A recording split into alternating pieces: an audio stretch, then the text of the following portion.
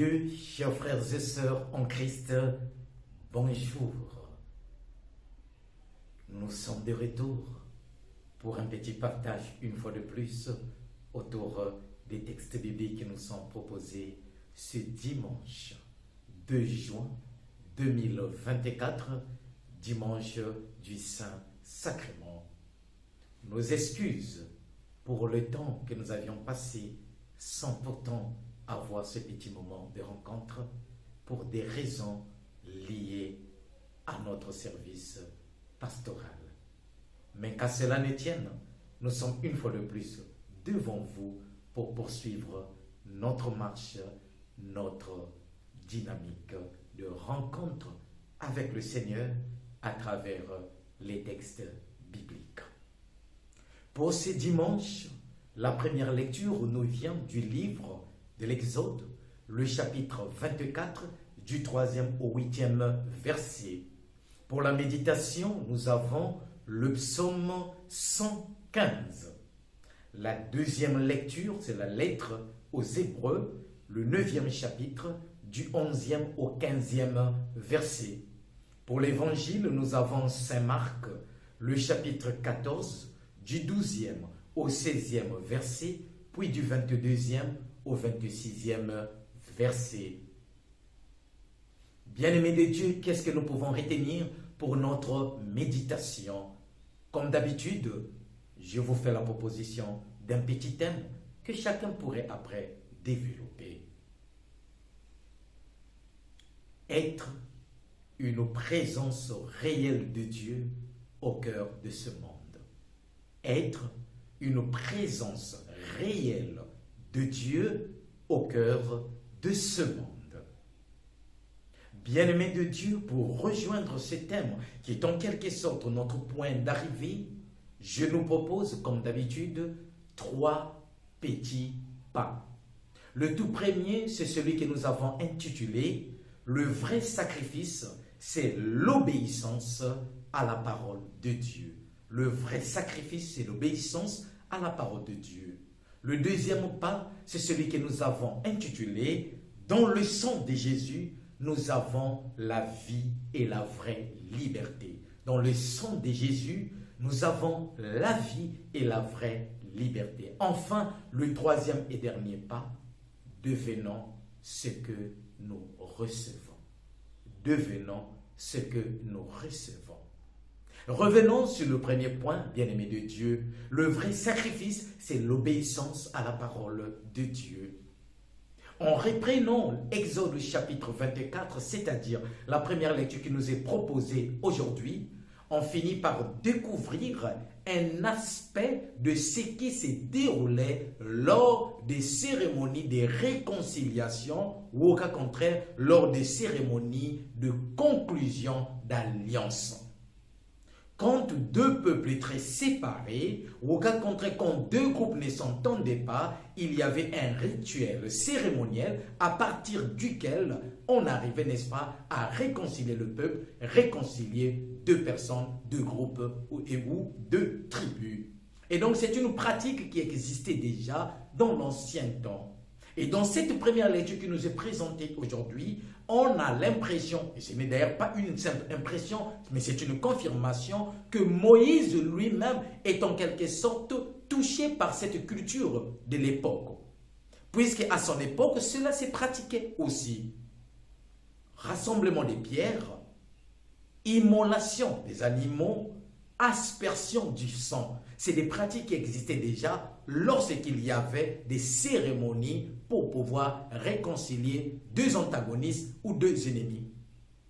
Mais la grande question, comment se fait-il que cette pratique, on pourrait dire païenne, qui existait déjà, se retrouve dans le texte d'aujourd'hui et l'Église récupère cela pour nous le présenter, c'est-à-dire ces textes comme étant nourriture spirituelle?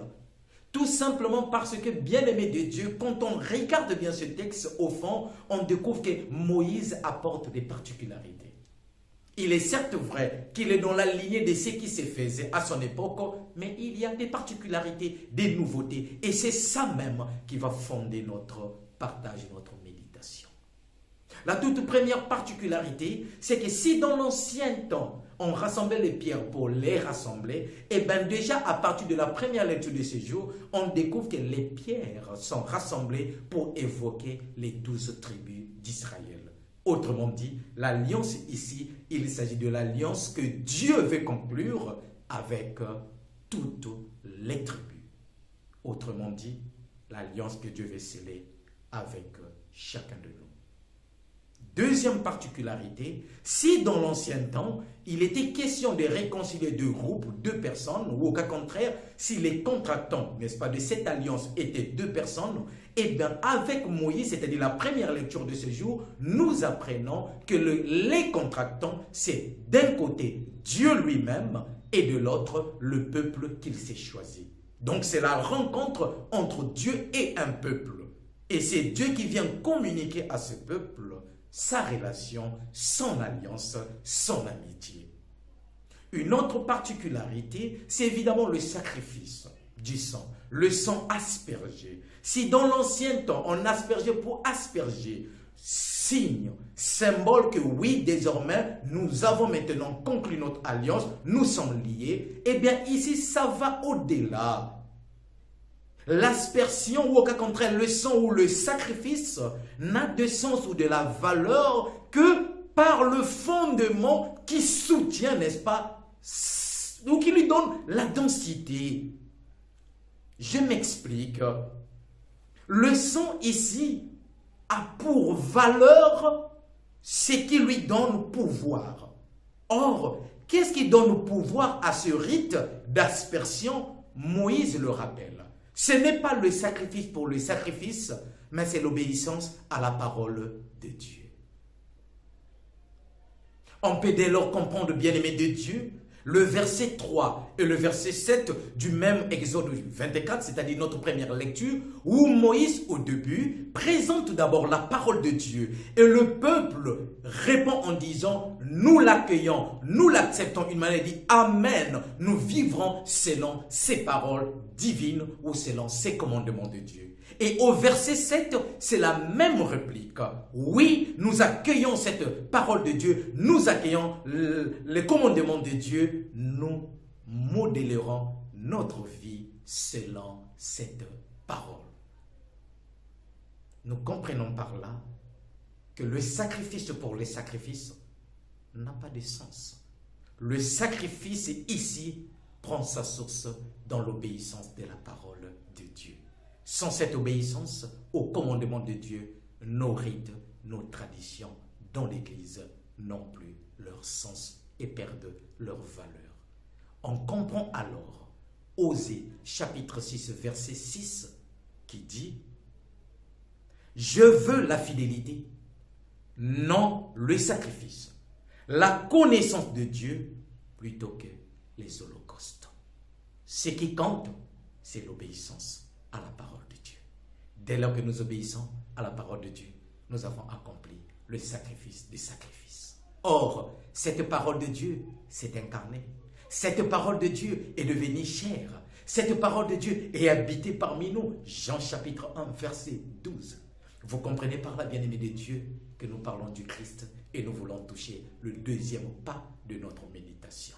Le sang de Jésus nous donne la vie, nous libère et nous donne la vraie liberté.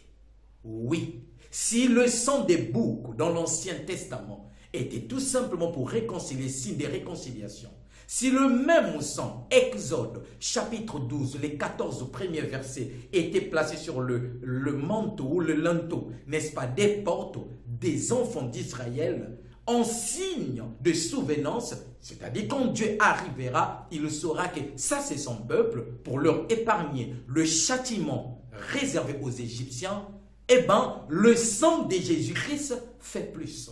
Non seulement nous épargne les châtiments, mais le sang de Jésus libère. Le sang de Jésus sauve. Le sang de Jésus purifie. Le sang de Jésus nous élève. Le sang de Jésus nous réconcilie avec Dieu.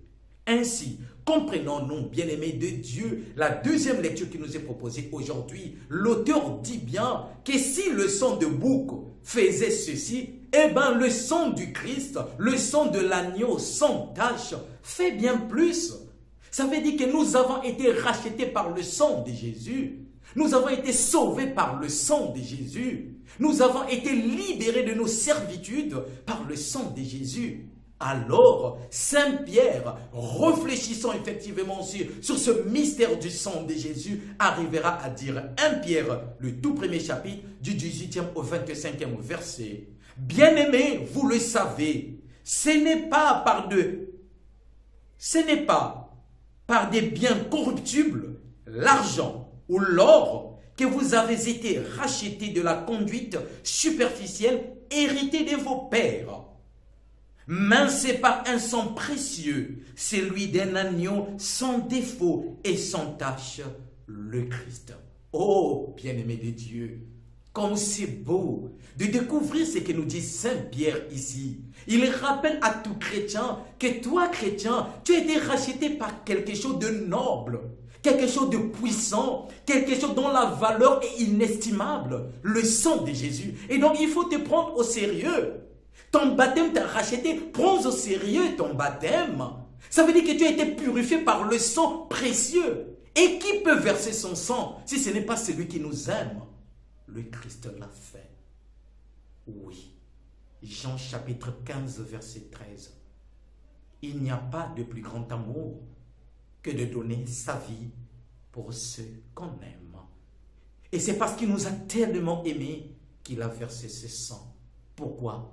Parce que nous comptons, nous avons de la valeur. On ne verse pas son sang pour ce qu'on n'aime pas, pour ce qui n'a pas de la valeur.